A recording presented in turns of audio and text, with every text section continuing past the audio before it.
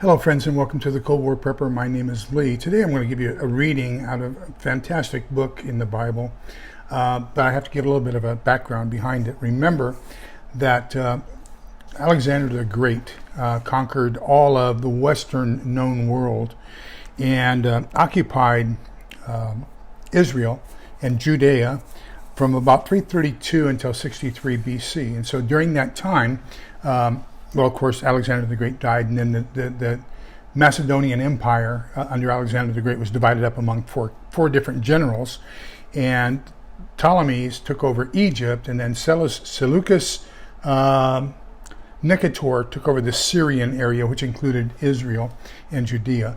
And so one of the things that the Greeks did when they conquered a country was you were not allowed to write anything in that language. You had to use Greek as the language. You had to do a lot of things. As a matter of fact, Antiochus Epiphanes I destroyed the temple, destroyed the inner Holy of Holies of the temple, and brought in a statue of Zeus and replaced the Holy of Holies with a statue of Zeus. And that becomes important because all this history is written down in Greek. So in most Protestant Bibles, it's called the 400 years without written history, because when Luther wrote his thesis and then split away from the church, he did away with some books of the Bible, 6 of them in the Old Testament, and this is one of those books.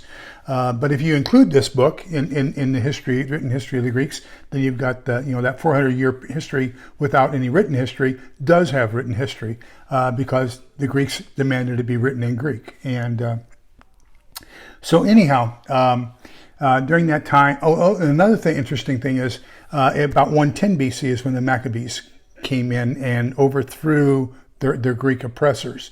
So Judas Maccabeus basically tore down the statue of Zeus in the temple and then reconsecrated the temple. Well, in the book of Maccabees, which is another one of those books that Luther threw out, is where Hanukkah comes from. So without that book, you don't have Hanukkah. But anyhow, in reading these apocryphal books, one of them really stood out for me, and I would like to share that with you today. So a little bit of history as to why this is included in the Old Testament, and just some, whether you accept it as being Old Testament or not, accept it for just being a wonderful, wise book. And so I'm going to read chapter 34. So empty and false are the hopes of the senseless, and dreams give wings to fools. Like one grasping at shadows or chasing the wind, so anyone who believes in dreams, what is seen in dreams is a reflection, like the likeness of a face looking at itself. How can the unclean produce what is clean? How can the false produce what is true? Divination, omens, and dreams are unreal, and what you already expect the mind can fantasize.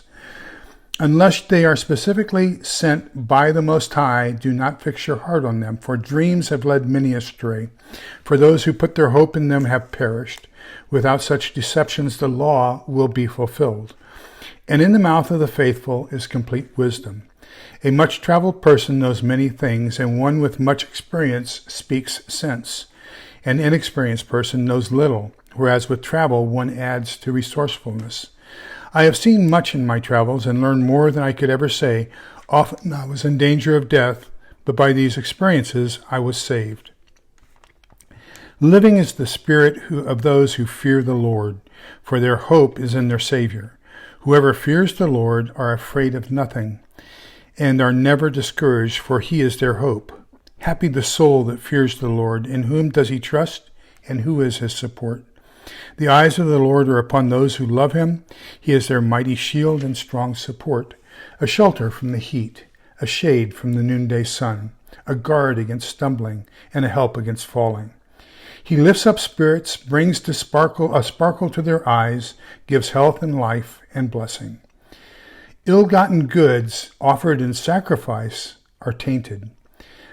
Presents from the lawless do not win God's favor. The Most High is not pleased with the gifts of the godless, and nor for their many sacrifices does he forgive their sins. One who slays a son in his father's presence, Whoever offers sacrifice from the holdings of the poor. The bread of charity is life itself for the needy. Whoever withholds it is a murderer. To take away a neighbor's living is to commit murder. To deny a laborer his wages is to shed blood. If one builds up and another tears down, what do they gain but trouble? If one prays and another curses, whose voice will God hear?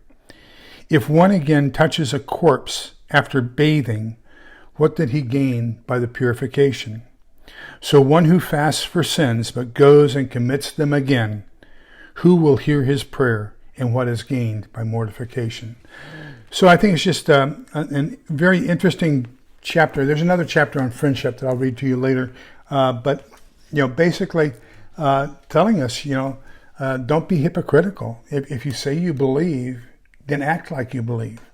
And remember that charity is part of being what we profess to be, and that is taking care of those who don't have it as well as we do. So with that, remember that we're all in this together so we can come out the other side together. Be kind, polite, and respectful to each other, because togetherness is the key. Take care.